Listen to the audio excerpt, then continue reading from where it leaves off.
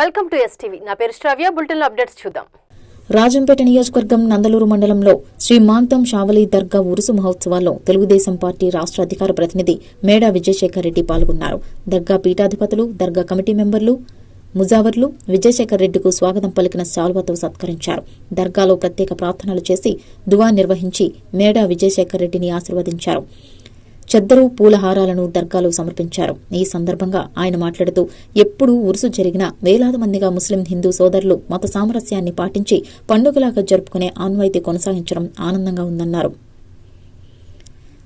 కలిసి ఇక్కడ మత సామరస్యాన్ని అద్భుతంగా పాటించి అన్ని మతాలకు చెందిన పండగలాగా ఇక్కడ ఎప్పుడైనా జరుపుకోవడం ఆనవాయితీ. ఇది 3వ సంవత్సరం నేను రావడం, ఇది చాలా శుభ పరిణామం. ఇంత అద్భుతంగా ఉరుసు జరుపుతున్న గురువులకు అట్లాగే పీఠాధిపతులకు ప్రతి సంవత్సరం కూడా 10 లక్షలకు పైబడి ఖర్చు పెట్టి ఏమాత్రం వైభవాన్ని తగ్గకుండా ముస్లిం సోదరుల ప్రెస్టేజ్ కాపాడుతూ ఈ ఉరుసును, ఈ దర్గాకున్న వైభవాన్ని కాపాడుతూ, పవిత్రతను కాపాడుతూ ఎన్నో వ్యయ ప్రయాసలు కోర్చి లక్షలాది రూపాయలు ఎక్కడ తెస్తున్నారో, ఎప్పుడు తెస్తున్నారో మనకు అర్థం కావట్లేదు పీఠాధిపతులు, కానీ తెచ్చి ఖర్చు పెడుతున్నారు. గొప్ప విషయం. మీ అందరికి కూడా ఖుదాఫీజ్. అట్లాగే మా వంతు సహాయం ఎప్పుడు ఉంటుంది. పీఠాధిపతులకు ఇప్పుడే తెలియజేస్తున్నా, మా వంతు సహాయం ప్రతిసారి ఎప్పుడూ ఉంటుంది, ప్రతి సంవత్సరం ఉంటుంది. ఈ సంవత్సరం కూడా ఖచ్చితంగా మీకు సహాయకారిగా ఉండాలని మరొక్కసారి ముస్లిం సోదరులందరికీ కూడా నా సహాయం ఎప్పుడు ఉంటుందని సందర్భంగా తెలియజేస్తూ, ఇక్కడ నన్ను గౌరవించి ఇంత వైభవానికి నన్ను తీసుకువచ్చి ఇంత గౌరవాన్ని ఇచ్చిన ఇక్కడున్న పెద్దలందరికీ కూడా పేరు పేరున ధన్యవాదాలు తెలియజేస్తూ, ముస్లిం సోదరులకి శుభాకాంక్షలు తెలియజేస్తూ సెలవు తీసుకుంటున్నాం. ఖుదాఫీజ్.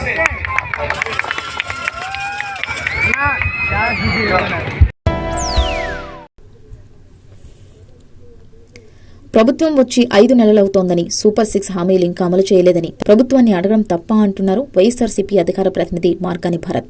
అధికార పార్టీ కక్ష సాధింపులకు పాల్పడుతుందని ఆగ్రహం వ్యక్తం చేశారు.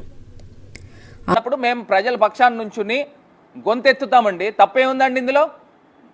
మీరు సూపర్ 6 హామీలు అన్నారు, పిల్లలు స్కూల్స్కి వెళ్తున్నారు, అమ్మఒడి మేము గతంలో టైంకి జగనన్న డబ్బులు ఇచ్చేవాడు, మీరేదో తల్లికి వందనం అన్నారు, ఎక్కడ ఇస్తా ఉన్నారు? ప్రతి తల్లికి ఇస్తా అన్నారు.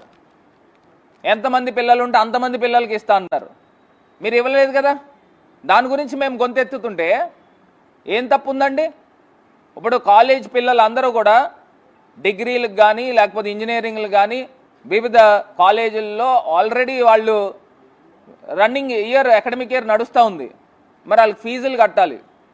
గతంలో విద్యా దీవెన, వసతి దీవెన జగన్మోహన్ రెడ్డి గారు ఇచ్చేవారు ముఖ్యమంత్రి కింద ఉన్నప్పుడు, విడతల వారీగా ఇచ్చేవారు.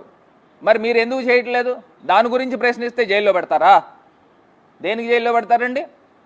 ఎందుకు జైల్లో పెడతారండి? పాపం ఇంటూరు రవికిరణ్ అని చెప్పి ఆయన్ని మొత్తం ఆంధ్రప్రదేశ్లో ఎన్ని పోలీస్ స్టేషన్లు ఉంటాయో అన్ని పోలీస్ స్టేషన్లు తిప్పుతున్నారు. ఇప్పుడు రాజమండ్రి వచ్చారట, మేమందరం పరామర్శకు వెళ్తాం. అసలు మేము అడుగుతాం, అసలు రాజమండ్రి స్టేషన్లో ఉన్నారా? పాపం వాళ్ళు భార్యా పిల్లలు వాళ్ళందరూ కూడా పాపం తిరుగుతూ ఉన్నారు. మొత్తం అన్ని స్టేషన్లు, రాష్ట్రంలో ఎన్ని స్టేషన్లు ఉన్నాయో అన్ని స్టేషన్లు తిప్పుతున్నారు. అంటే దేనికి అని అడుగుతున్నా. ఇది ఏమన్నా ఉగ్రవాదా? సోషల్ మీడియాలో పోస్టులు పెడితే ప్రభుత్వం చేసే తప్పిదాల గురించి ప్రశ్నిస్తే గొంతు నొక్కుతారా? ఇదెక్కడ న్యాయం అండి? ఖచ్చితంగా నేను చెప్తా ఉన్నా, సోషల్ మీడియా ప్రజల పక్షాన్ని నుంచోండి, ప్రజల పక్షాన మాట్లాడదాం, గొంతెత్తి లేవనెత్తుదాం. జగన్మోహన్ రెడ్డి గారు ప్రతి ఒక్కళ్ళని కూడా ఎవరైతే సోషల్ మీడియాలో అక్రమంగా కేసులు పెట్టారో వాళ్ళు ఎవరిని కూడా మర్చిపోరు. మీకు ఒక్కటే ఉదాహరణ చెప్తా ఉన్నా. నందిగాం సురేష్ గారు, ఆయన ఒక సాధారణమైన రైతు, ఫోటోగ్రాఫర్ కింద పనిచేశాడు.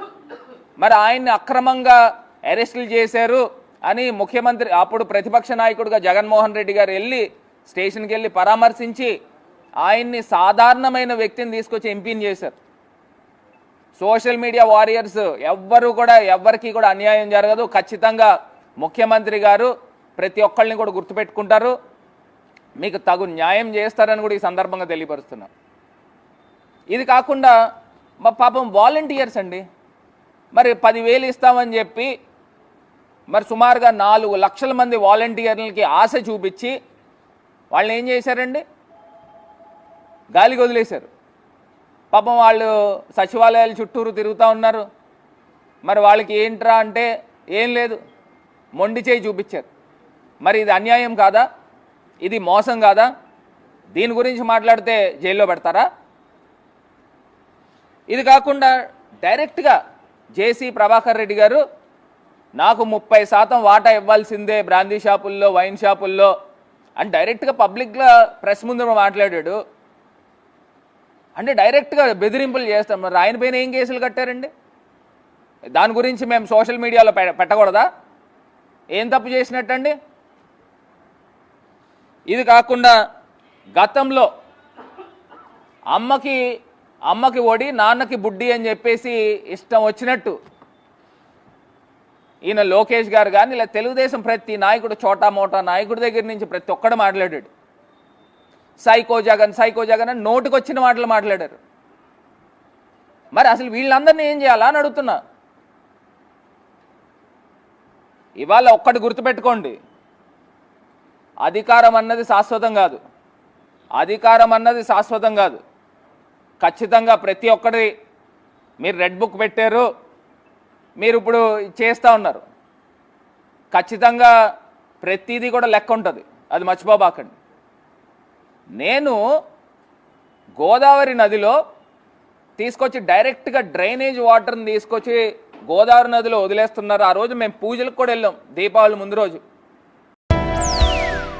ఇవి ఇప్పటి వరకు ఉన్న bulletin updates. Keep watching STV.